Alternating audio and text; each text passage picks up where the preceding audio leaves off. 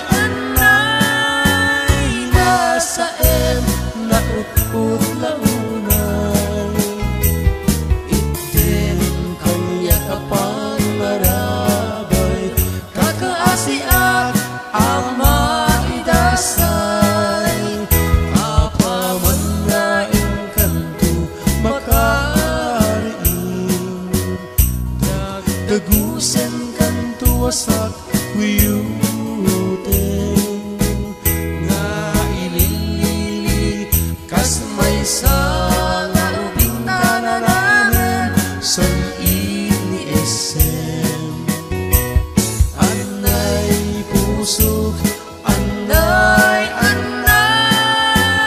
nasaan naut-ut launay